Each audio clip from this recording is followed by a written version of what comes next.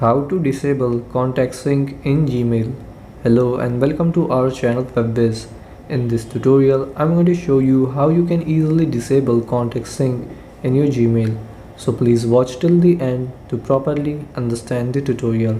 So first, open up your phone settings, and then here once you're on your phone settings, scroll down, find and open Google. And then once you're in Google, you have to scroll down, and in the bottom here you will see settings for Google apps.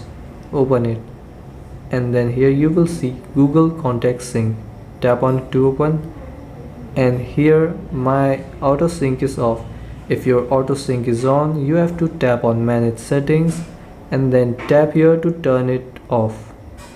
And then you can also turn off also sync device contacts, so tap on here again manage settings and tap here to turn it off.